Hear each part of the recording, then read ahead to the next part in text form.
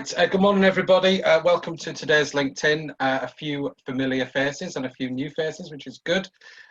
If you're all over there, which is if I keep looking over there, it's because that's where you are, and you try not to look people in the eye on webinars because it's hard. So what I wouldn't mind you all doing, just because we've got an hour, and if I ask for introductions, we'll spend 20 minutes doing that. So in the chat. I know what a few of you do, but in the chat, can you just throw into the chat what you all do as a business and whether you are business to consumer or business to business? If you could just do that in the chat function for me now, that would be great.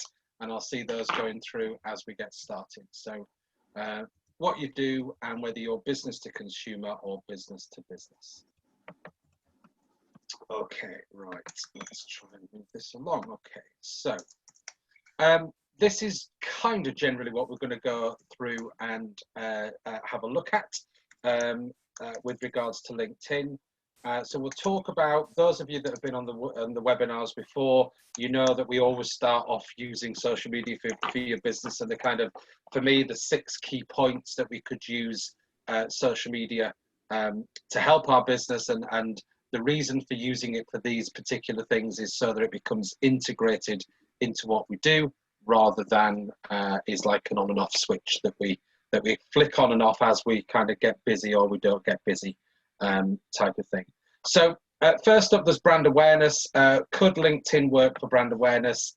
Yes, it could, because it is a platform that pretty much you can share content. Now you would often be sharing content through your LinkedIn profile rather than your LinkedIn company page. We'll talk about the differences between those two as we go through. Next up, we have got, could we use LinkedIn for customer service? If you're business to business, absolutely, definitely. I would be encouraging people to use the direct messaging function to get in touch with either you, if you're kind of the business owner, or with staff. If you've got multiple numbers of staff, then make sure your customer service people are receptive to kind of direct messages coming through on the platform. Does it replace email? No. Does it replace phone calls? No. But what it does do is give people an option to be able to get in touch with you whilst they're on a platform that suddenly they have this thought that they need to get in touch with you about something at that point. Is it something for reputation management? On an individual level, absolutely. So we'll talk about kind of the skills and endorsement side of LinkedIn on a personal profile and why that's important, particularly potentially getting new business through the platform itself. Is it good for sales? Yes, but as you know, with my view on sales and social media, if you go in and sell, even if it's a business-to-business platform, if that's all you ever do, then people are just going to switch off. So can you sell through the platform? Yes, you can. Out of all of the platforms I use, it's the one that gives me the most consistent new business opportunities. So out of everything else, and that's because I'm very much business to business. Can it create loyalty and advocacy? Not as easily as some of the others, although you do have the option to set up a LinkedIn group, which we may or may not get a chance to have a talk about today. And can you use it to build collaboration with other businesses who have a similar target audience to you but are not direct competitors? Yes, you can, because you can reach out to those on a platform, and you know, more often than not, the good thing about LinkedIn is you are talking to the business owners and the person whose LinkedIn profile you're trying to get in touch with, rather than potentially a marketing agency that might be behind a Twitter profile or a Facebook page or an Instagram profile, etc. As always, we're still in that journey of social media brings people in at that awareness and interest stage, and we've got to try and move them towards a consideration stage by building relationships with these people, particularly on this platform and particularly from a business to business point of view. I'm just going to look over there because I need to look at the chat and see what everybody put in. So what have we got? Okay, so Colin, you've got the loudspeakers, business to consumer. Russell, self-catering cottages, both business and consumer, but mainly consumer. Karen, Cycle Sprog, family cycling website. We are currently business to business. We'll be moving to business to consumer. Virtual assistant, business to business. And then, wow, Jamaican rum cakes. Just leave it at that. Business to business and business to consumer. So thank you for those that have put that in there. So as a platform, LinkedIn is very much business to business. And therefore, if you are business to consumer, you've got to figure out a way of, well, you've got to figure out two things. One, is it worth it? And two, if you decide it's worth it, how are you going to use the platform? Now, I get that every individual person on there, in theory, is still business to consumer because they're all human beings and everything else. But the difference is when they go onto LinkedIn, the majority of users are kind of in business mode. So I kind of see LinkedIn as a giant business networking event that I've rocked up to. There's lots of people that I could go and potentially connect to. There's lots of people I could go and talk to. But when we talk, we're probably going to talk something that feels as if we're kind of talking on a business to business basis, even though we are human beings talking to each other. So I think it's harder for business to consumer style content to go onto that particular platform because the users of that platform are not necessarily in the mindset to receive and read that kind of content. So so far we've covered Facebook and I think we've covered Twitter, we've covered Instagram, and even though Liam is the same person on each one of those platforms, the way that I use those platforms is completely different, and therefore if that getting feedback, just mute that one for a second. Okay, so yeah, so essentially the user is in a different mindset, and therefore when we're creating content and trying to generate awareness, we've got to make sure we know that they're looking for that kind of stuff. So if you're business to consumer, I do think it's a little bit harder to do. I think what you might start to have a think about if you're business to consumer is trying to think about maybe building collaborations with other businesses, so that becomes a business to business platform to build those collaborations, but not necessarily the end customer, which is going to be maybe on a different platform at that point. So as an example for that, if I was Colin with his hi-fi loudspeaker business, then I'd probably be looking to find other businesses who are likely to be targeting that kind of customer. So whether that is, and I don't know what that would be because I don't know anything about loudspeakers, but maybe kind of the tech side of things, maybe the smart home side of things, that kind of stuff, maybe looking for those smaller niche businesses that are trying to target the same audience as you, and then looking to build kind of collaborations with them so that you can kind of almost help each other out to try and find your ways into those particular customers at that point. If you've got any questions, then feel free to either unmute yourself or throw them into the chat as we go through. You're all on a different screen, so I can't see if you're waving, and I'm not going to be looking over that way very often. So do feel free to, as I say, to unmute yourself if you need to do, or if the unmute isn't working, then just chuck your question into the chat. Okay, so LinkedIn as a platform, we've on each of the other workshops or webinars, we've done a look at kind of the profile, and we've looked at the page. So a LinkedIn profile is you within the business. Now, sometimes with your LinkedIn profile, and especially if you have employees, it becomes a little bit harder to convince them to be there kind of representing your business completely, because they kind of see this as their own profile. Often people have viewed LinkedIn as being, it's where I go to find a job, And I think the way that the LinkedIn profile is laid out, there is a little bit of kind of, it's like a really, it's like a very good CV when you start reading your way through it, if it's filled out well. So a LinkedIn profile is where 90 to 95% of your activity will go through your LinkedIn profile. And that's because that's going to be the main way that you're going to connect to other people. If you rely on your LinkedIn company page, you're going to really, really struggle, because your LinkedIn company page is fairly restrictive in what it can and can't do. So, for example, your LinkedIn company page can't go and say to people directly, oh, can you come and follow me?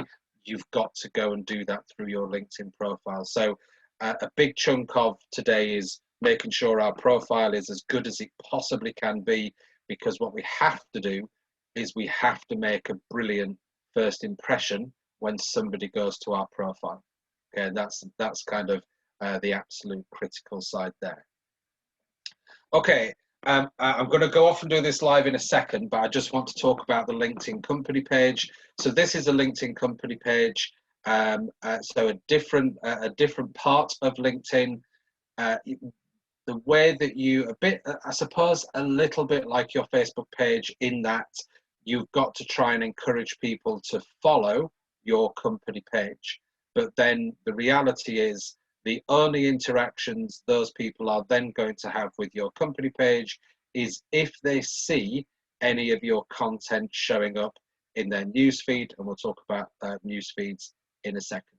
So should you or shouldn't you have a LinkedIn company page?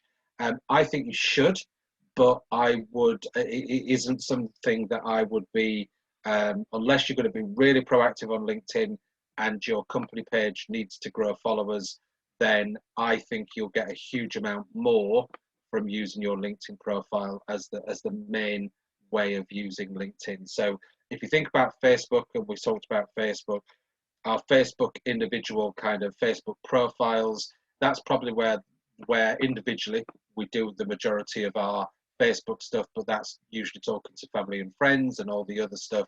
And then we switch across to our Facebook page, and then we do a little bit through our Facebook page. And it's kind of the same here, but in a business sense. So the majority of the thing that we're doing is connecting to people, talking to people, chatting to people, writing posts as our individual profile. And we hope over time they may go and like or follow our company page rather than like, and that would be it. And we'll encourage that over time.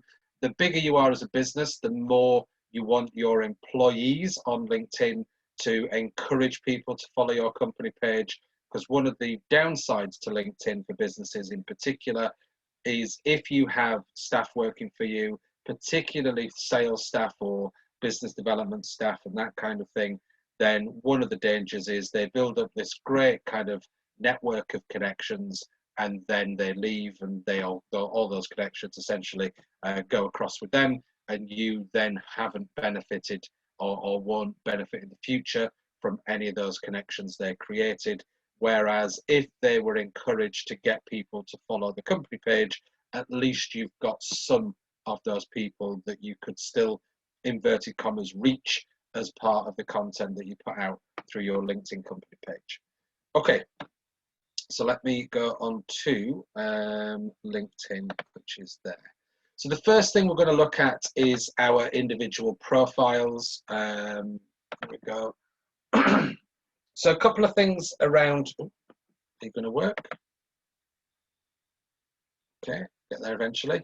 Excuse me. So a couple of things about your LinkedIn profile. Number one, please make sure you have a photograph of you. You should not be using your LinkedIn profile with a logo stuck across your face, because it isn't your business. This is your individual profile. And we do see that an awful lot where people will stick in a logo there. That's kind of the wrong way. The best way I can describe that is that we're talking about this being a giant networking meeting.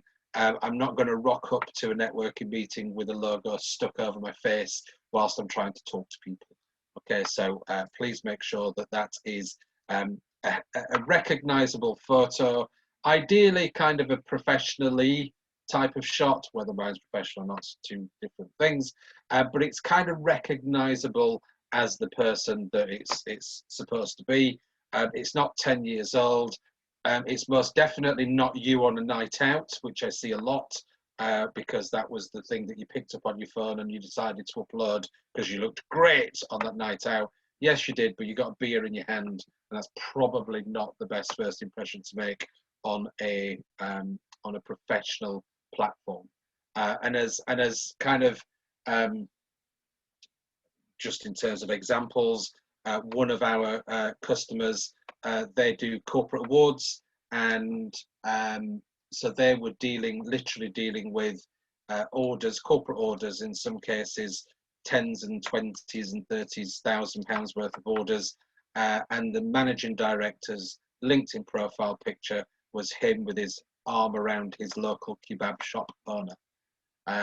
So we may have pointed that out, and we may have said you probably want to change that. Next thing we've got, now mine's not the best example here because I've used a lot of white space on this, but everybody on LinkedIn has got the ability to create a LinkedIn kind of profile banner, for want of a better word. So let me just duplicate this, and then I'm just going to go find somebody that I think is likely to have a banner.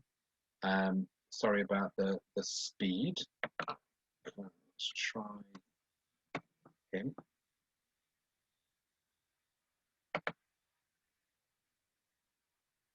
Yeah, there we go. Okay, so the good thing about a LinkedIn banner is it gives you the opportunity to elevate your profile for people to be able to kind of see a little bit more. I think it's quite a good branding exercise, especially if you have employees that are working on LinkedIn as well, because then I think everybody should have the same LinkedIn banner that works for a company. And the reason I would do that is because if I don't do that and these people leave, then it's hard for people to tell whether they're still working at that particular business. If part of somebody's exit interview is that they've got to remove the banner and they've got to update their LinkedIn profile, then it's clear that they no longer work for your business. And I've seen, I think we did a workshop in Derby with a fairly big size company that had 25 salespeople across the country, and when we brought their LinkedIn employees up on the day, there must have been 50 people that still looked like they were salespeople at that particular company. And the danger there is people reach out to them thinking they're still working for that company. Chances are they've probably gone to a competitor, and as people reach out, they probably try and keep some of that that new potential work for themselves. So a couple of things about this one. Obviously, one of the issues that we always have with LinkedIn is to keep moving the designs about. So one of the reasons mine's white space is because this little badge that is the reason I wanted to put the banner up, pixelated if I tried to kind of make it to be too big. The other issue that we have is sometimes LinkedIn moves the profile picture around. So for example, here, you've obviously got it cutting off the design and marketing side of this particular side. So when you're thinking about putting a LinkedIn banner up, then make sure that kind of you're not really putting any writing down this sort of that's going to be behind your profile picture at that point. As always, with regards to putting stuff onto social media, your easiest and quickest way to create a nice looking banner for your individual profile is to go to a website called canva.com. And if you go to canva.com and you click on social media, you should find, it probably would have been easier to actually do a search for this one. But if I keep going through, we'll find a LinkedIn banner at that point there. I'm just going to check, yeah. So click on LinkedIn banner, and then you will have the right banner size. So the only thing it doesn't do here is it doesn't stick the circle where your profile picture is going to be. So you've got to have that in mind at that point. There's lots of free banners that you could use if you wanted something that's fairly quick and easy. So for example, if you're a virtual assistant that wouldn't be the worst banner in the world. And then I'd probably put some kind of writing on the laptop at that point, and then I can go off, download that, and use that on my particular profile at that point. So lots of free stuff we can do in there. You can upload your own pictures as well, but they've got to essentially you need them to fit into there, and you need to make sure if you do upload pictures, they're not going to pixelate when you download them. So that's kind of a nice clear image at that point. And then the final part of the kind of, and bear in mind, what we're looking at here is something that I would class as above the fold. So if somebody had clicked through to your profile and they haven't yet decided to scroll further down to find out a bit more about your business, then what other information do you give them to try and kind of give them a reason to carry on? So can't even highlight it. There we go. So here we've got his job Andy's job title, Head of Client Strategy at Ruddux, and then in brackets, an integrated design and print agency. So I'm glad he's put the brackets in, because that kind of describes what they do. And this is this conundrum that we have as an employee or a business owner when we're on LinkedIn. If we go back to mine, then you'll see that instead of saying managing director, which doesn't really matter to me, that can come further on, I actually list 3 individual services that I offer. And I would recommend, if you're the business owner, it makes more sense for you to put in what you hope people might do a search for in order to find the services that you provide. Because if you just put business owner or managing director or sales director or sales manager, actually what you're doing is you're making it really easy for recruiters and people that want to sell to the managing director of a company to be able to find you. And one of the things that LinkedIn excuse me, relies upon when it's looking for, when somebody does a search, is it relies upon this title. It's almost one of the most important parts of your profile when somebody does a search. So as an example, if I go off now and I do a search for virtual assistant, hit return. So it's going to give me all results. So in this top left-hand corner, well, it's given me, you've got people, jobs and posts and groups and companies and schools and events. So I'm going to click on people, even though they're at the top, they wouldn't have carried on down. And so remember, I've done a search for virtual assistant, and we've got virtual assistant, virtual assistant, virtual assistant. And as we scroll down, virtual assistant, virtual, and you get the message. So everybody that has shown up in this particular search has included virtual assistant within their profile. And that kind of demonstrates how important it is to have what you do in the actual profile, because again, if I'm selling water butts to offices, then I can just have a quick, I can go to managing director, and then I can start see. So this one hasn't shown up as managing director in the title, but I can see that that is their current position. But generally, again, managing director, managing director, managing director, and so on and so forth.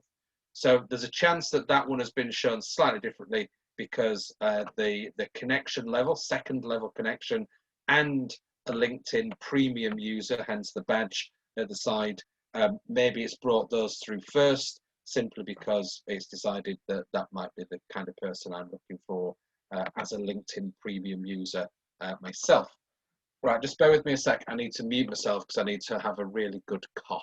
Just bear with me a sec.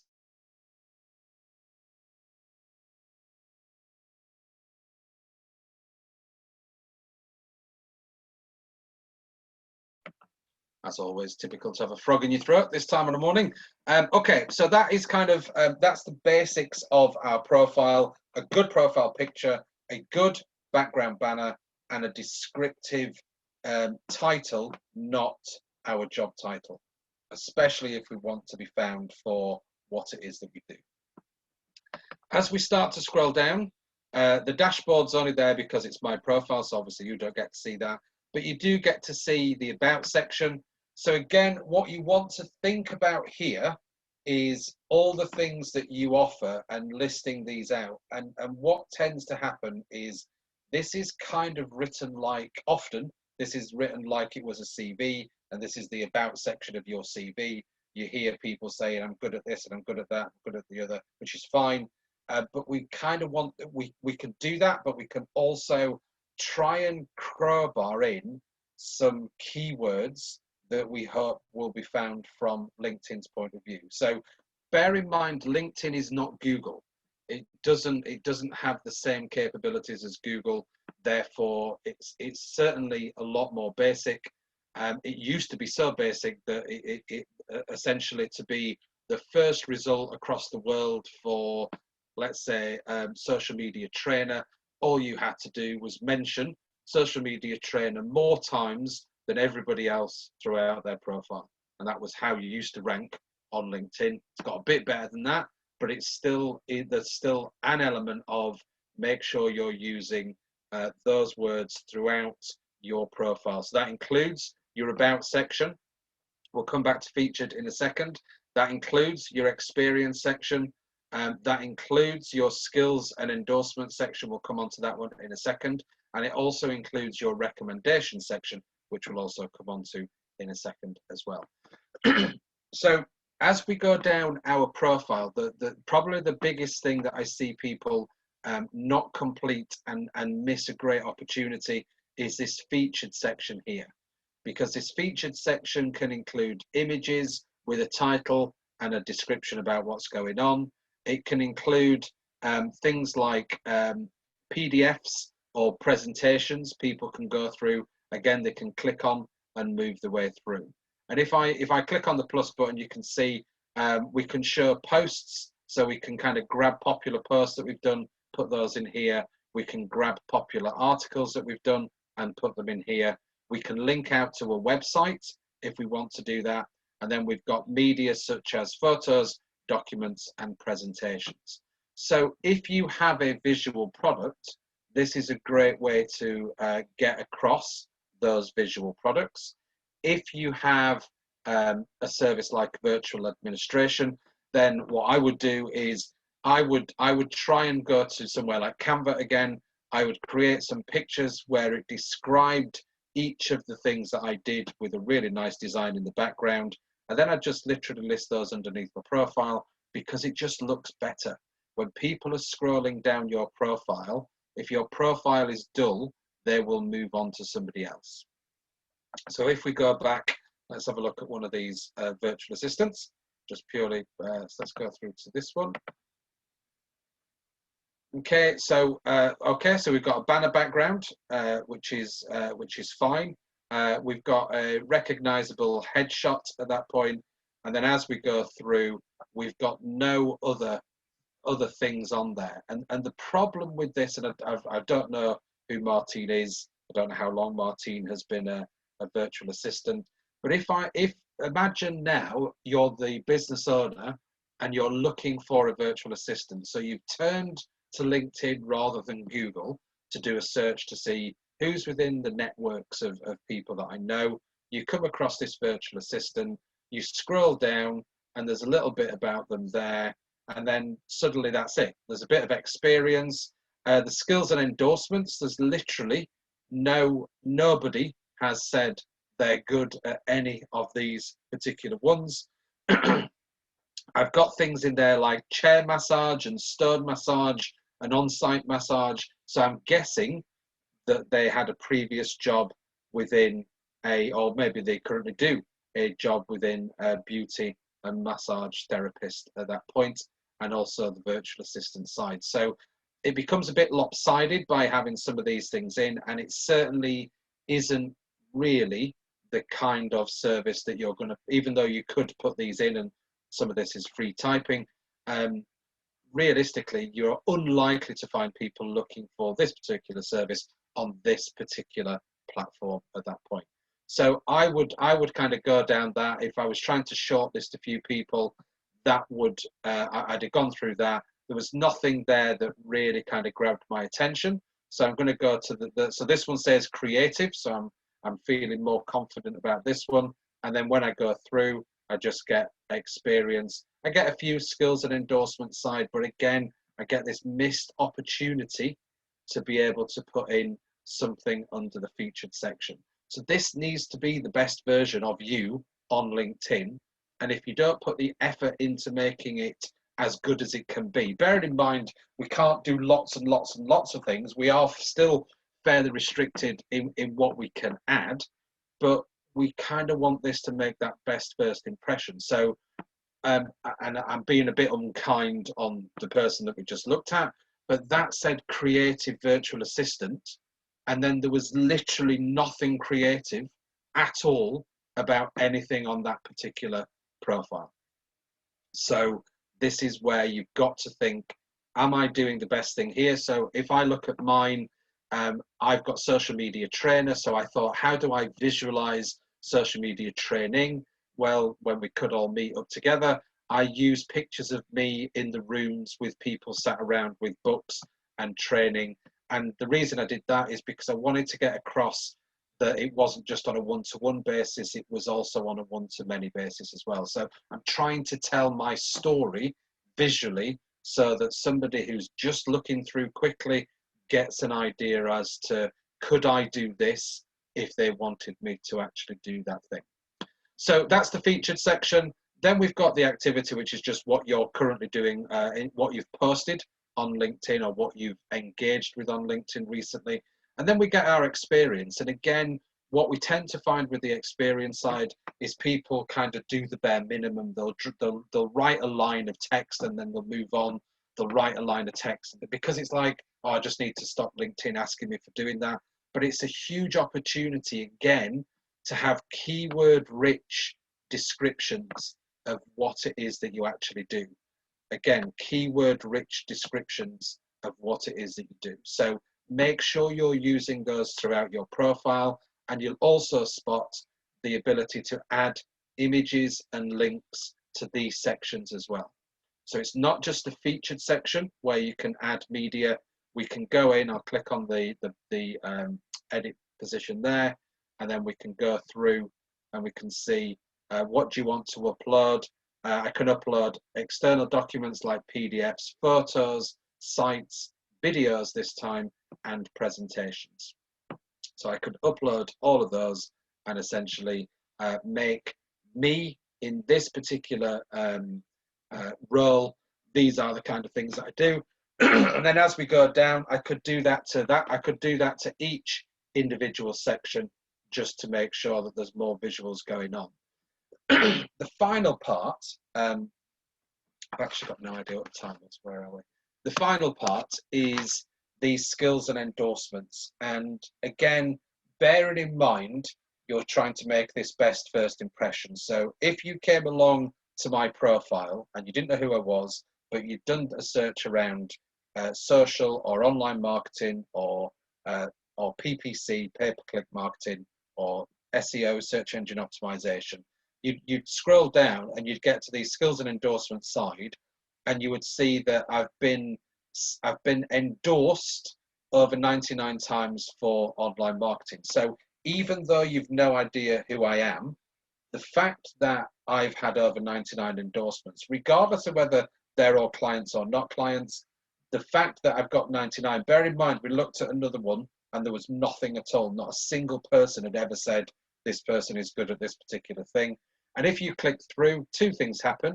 You get to see the total number. So over my time on LinkedIn, 193 people have said, I know something about online marketing. And not only that, but you start to see who these people are.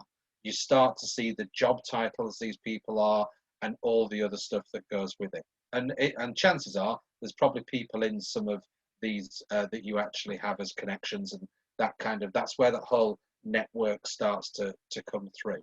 So with regards to skills and endorsements, you can click on add a new skill. LinkedIn will have a look through your profile and it will give you ideas. So these are preset skills that you could add in. So things like e-commerce, SEO would make sense for me to put in. Website building, come build a website if you paid me. So that's not good. Marketing analytics, bit woolly. Landing page optimization, probably. The rest of it, probably not. However, I could also put in clown, and I could add clown, even though it's not a drop-down option. There is the ability to free type whatever you want that skill to be at that point. So on your profile, you can have up to 50 skills, and I would absolutely recommend you fill in all 50. Because what you'll find is that when you start putting a particular skill in, there'll be multiple versions of that particular skill. So if I show you, if I kind of expand on mine, then we've got social media, we've got SMO, similar thing. We've got, what else have we got? Social marketing. We've got social media measurement. We've got Facebook, Twitter, YouTube, so social media platforms.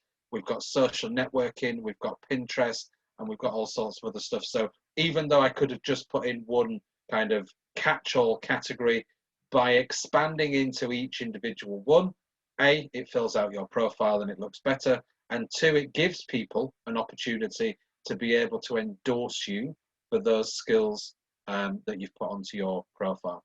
And an endorsement isn't, I've used this person. This is, an endorsement is, I believe this person knows about this particular subject. So Colin has asked, I'm in the process of transitioning from my previous profile as a writer and cartoonist to the managing director of this loudspeaker company. So how do I keep the two separate on LinkedIn? Do I make use of the previous career and make my current position more interesting?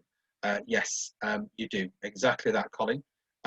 What I would also be mindful of is, dependent on what, if you have a look at your skills and endorsements, if you've got lots of endorsements around your previous kind of position and your previous skills, then I wouldn't delete them necessarily.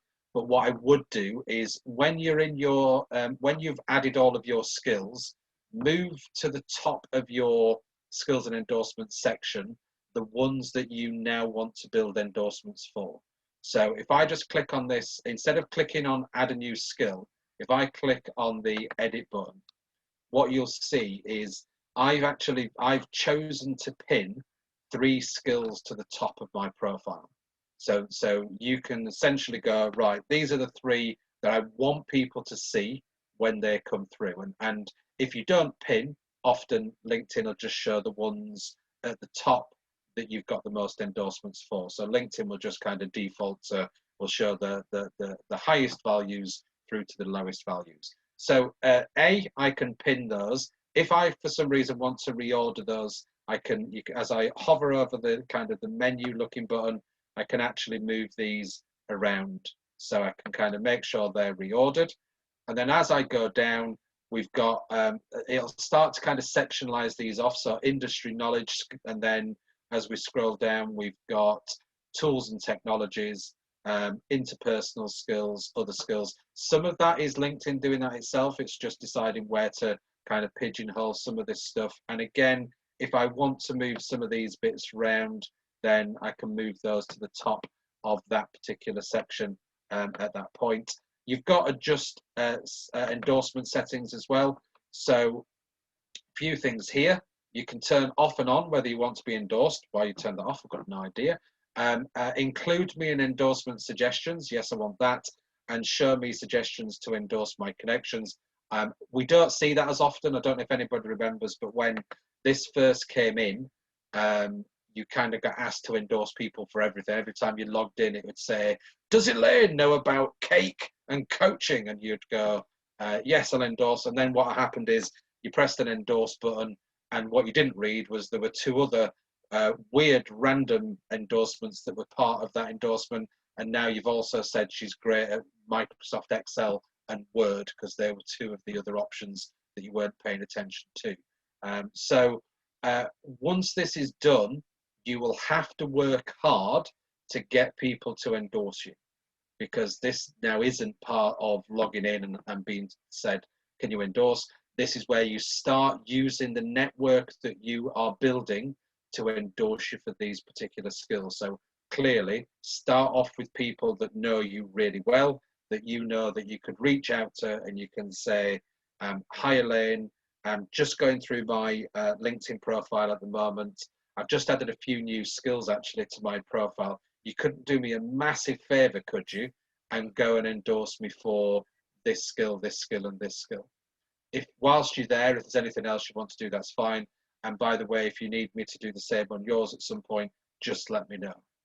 And you're not sending that out to random people, you're sending that to people that you know well enough to be able to ask that particular question. Okay, so hopefully that makes sense.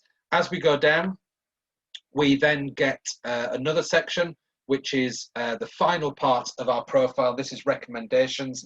Recommendations are much, well, there's two things here. A, they're much harder to get because this is essentially written testimonials. And B, if you go through the process, so if I click on ask for a recommendation, who do I want to ask? So let's go for Andy again. So I go for Andy again. What's our relationship? Andy was a client of mine. Which part of your profile do you want to be endorsed for? A recommendation for that one.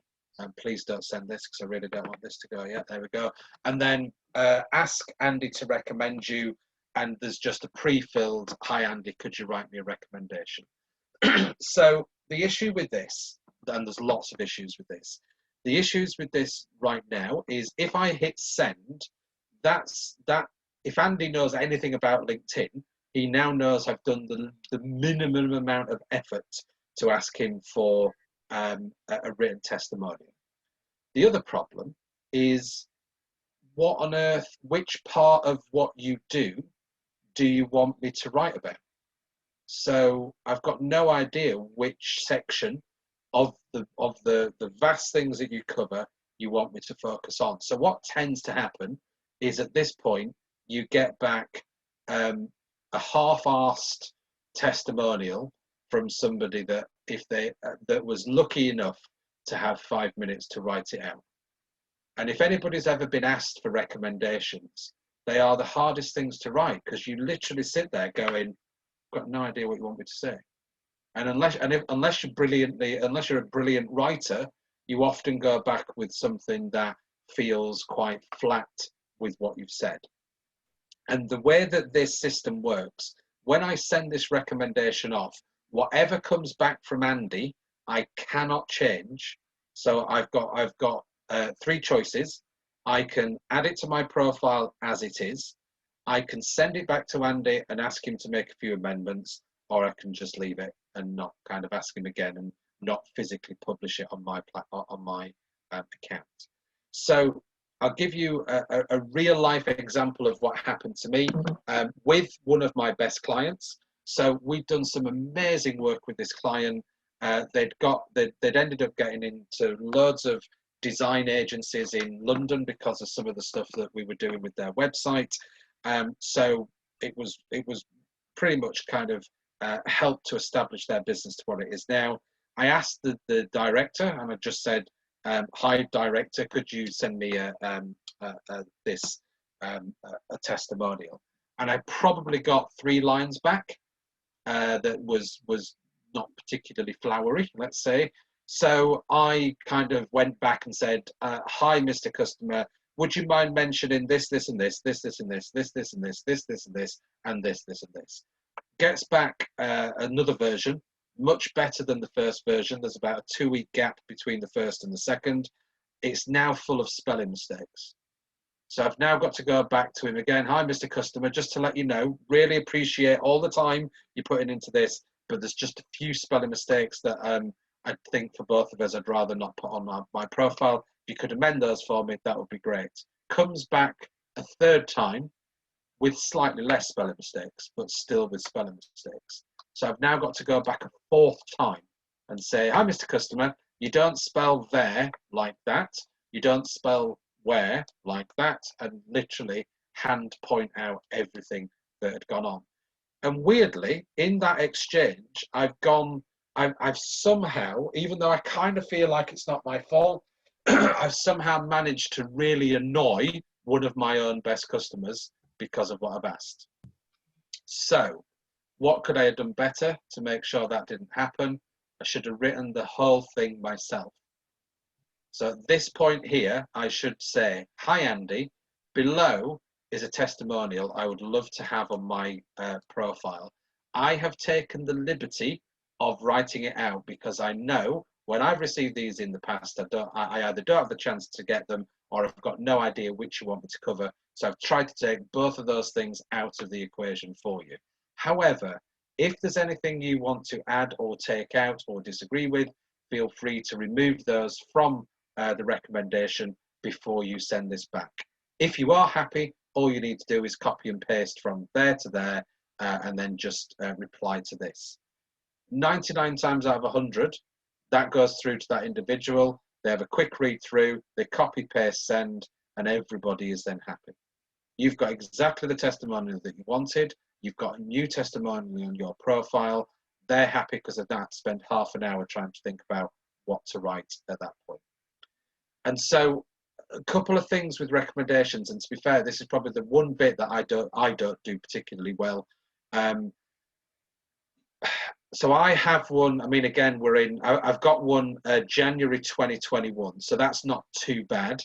But one thing you've got to be a little bit careful of is make sure when you start getting recommendations, you put a diary note in every quarter to try and get a new one. Because that way you don't have to have thousands of recommendations coming through because of what they are. But what you do need to do is you need to make sure that the last recommendation you have wasn't from 5 years ago. Because if I'm reviewing this as a potential new supplier of a service or a product, and I think, well, have you not actually been in business since 2017 or whatever is going to be on there, that's never going to look good. So have a quarterly reminder, and it might be that each quarter there isn't anybody new you can ask, that's fine. Move it on for the next quarter. But as long as you keep checking and keep seeing, right, I might go and ask these people, and again, write it out yourself. More often than not, you'll find this coming back. So that's kind of what I would do with my profile. Beyond that, there are other sections. Whether you fill these in or not is up to you. But the absolute, the real key ones I've kind of covered at that point. Has anybody got any questions that they want to ask about your LinkedIn profile before we move on? Yes, Liam. So you know the request. I know you said to fill it in via the template that LinkedIn offer you. Yeah. Would you ever send that by just the normal email and ask them to edit it first? Not really, because I think because then what they're going to have to do is they're going to have to copy and paste that from what's likely to be the direct message system that you sent through or an external email. So they'd have to copy and paste it. You've still got to go through the process of using that ask for a recommendation. So they could come to your profile, I suppose, and click on kind of endorse, recommend this person. But I'd go through that one because that way it just keeps it nice and neat and it keeps it in the same place. So at that point, it comes through. Whether you want to, I mean, depends on how you approach it in terms of before you send that through. So, for example, if you reached out to them before you even started the process to say, would you mind doing this one, and would you mind if I wrote it, and they said, yes, I'm happy with that, probably maybe that way you could do it, and then go through that with it written, ready to copy and paste through. But I'd always have it as part of that system because it just makes it easier for them to go copy, paste, send. All right, thank you. All right. Anybody else got any questions they want to ask before we move on? Yeah, I've got a question. It's Elaine here. Hi, Elaine. Hi. In the past, in LinkedIn, you could download everybody's contact details, but I think that disappeared with GDPR. Did you know you could download it into like an CSV file? Do you know if there's a way to do that anymore, or is it just like disappeared now? So I think there were two things. I think GDPR didn't help, although there was always that argument of it's kind of business to business rather than kind of consumer based. But I think what they've done is they've moved everything that was any good for prospecting into their Sales Navigator offering, which is about £65 a month. So I've even though I've got a LinkedIn premium badge, I absolutely do not pay the LinkedIn premium because I'm on a legacy product. So my LinkedIn premium cost me about 15 quid a month, which was just about palatable at the time. There's no way on earth I would pay 65 quid a month for Sales Navigator unless I was business to business and I was spending all day prospecting and building relationships, because it is a very good customer relationship management system.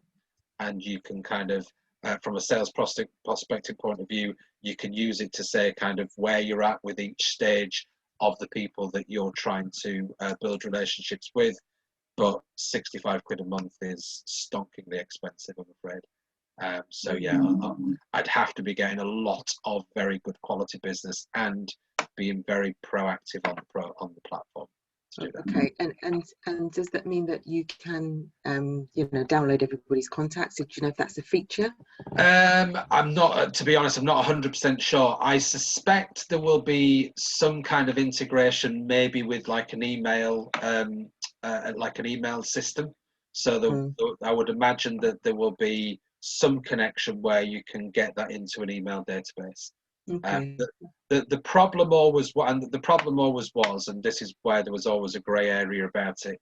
If we connect on LinkedIn, in theory, I've given you the ability to be able to send me a private message, and then people would kind of interpret that to say, so I can also now send you an email, because if I can send you a private message on LinkedIn, surely I can send you an email outside of LinkedIn.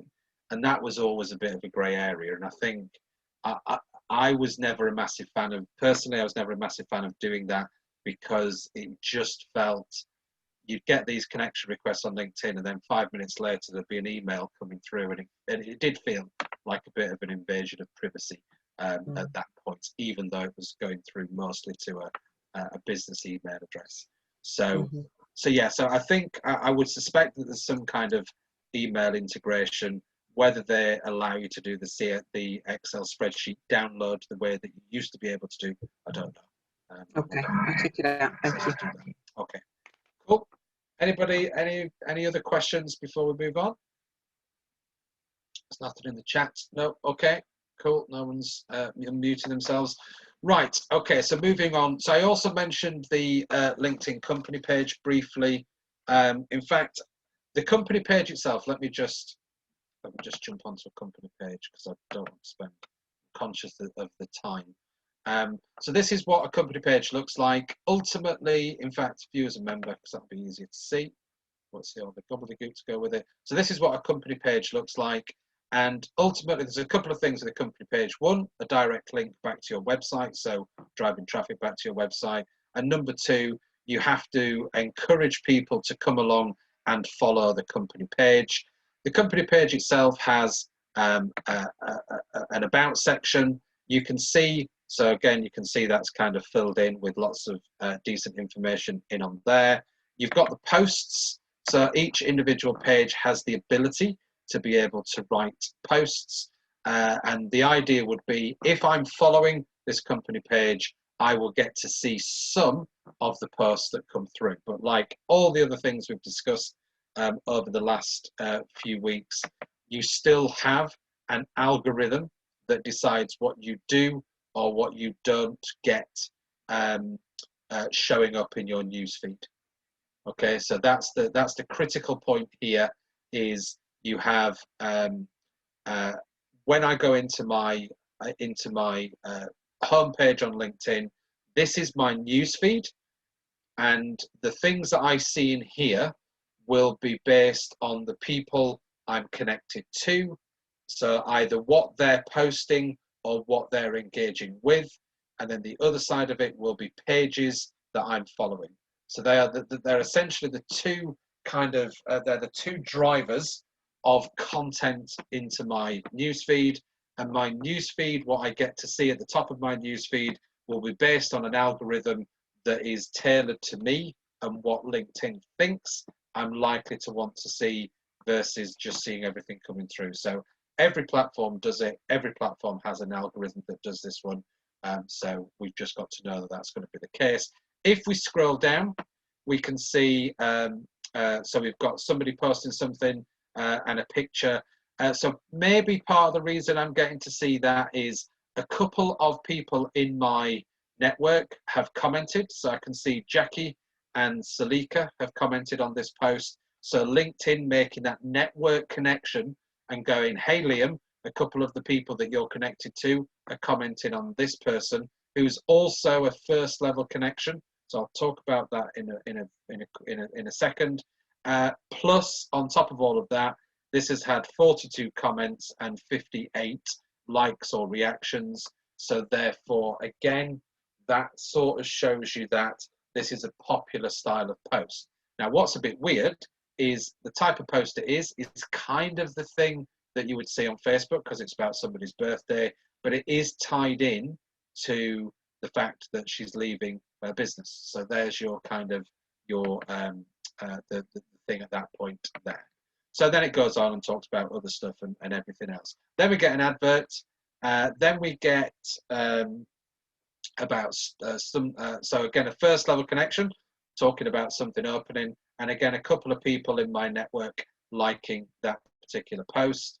And then as we scroll down, we're seeing a video, we're seeing another video, we're seeing a normal post, and then so on and so forth. So it kind of, as we go through, I just think it immediately feels very,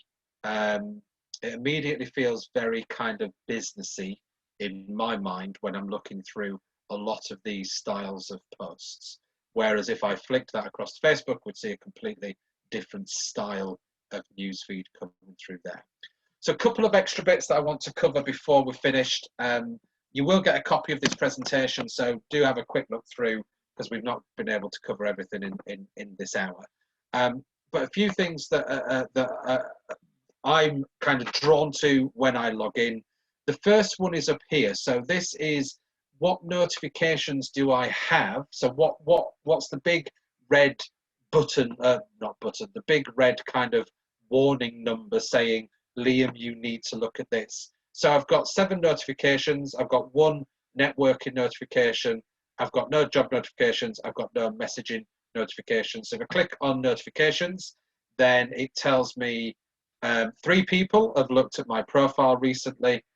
This post was recommended by a group that I'm part of, and then a few bits that it thinks I might be interested in based off of, again, I've got a job alert set up for part-time in Lincoln for my daughter, so I get those ones coming through, and then just a few other things. So this is almost trying to say, why don't you go and respond with your company page to this particular post that's proving popular at the moment. So people looking at your profile, that's quite a decent one. If I click on see all views, then I can have a look through. So that probably is somebody that wants to sell me some software. Don't know what Niles Brock is, so I'd have to have a look. He messaged me the other day, so again, that was to probably sell me some software. And then that one, don't know.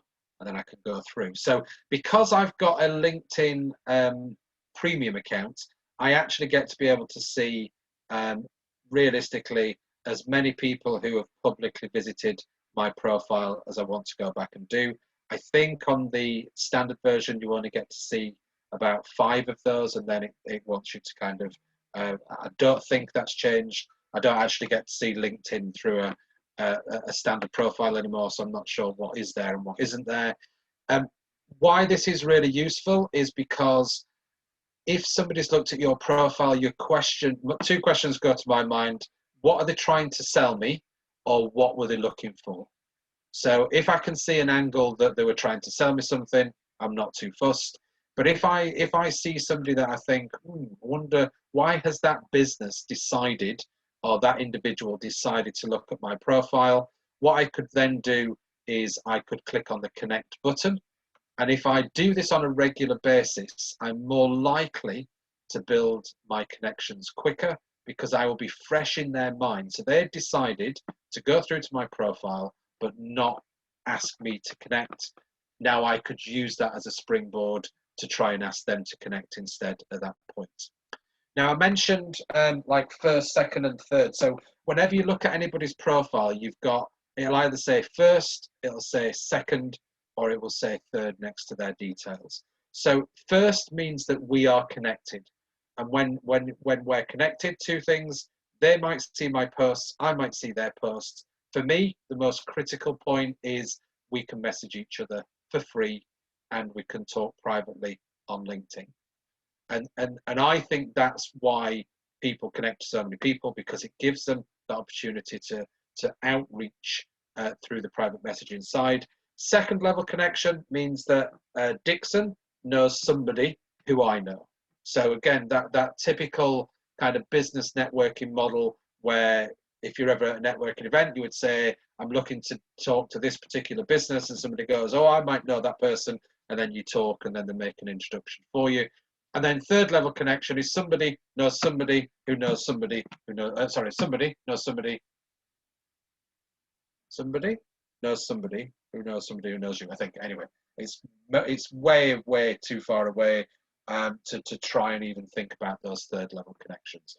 So when you're looking to reach out and connect people, really, the more people who were second level connections become first level connections, those third level connections start to become second level connections as you expand your network at that point.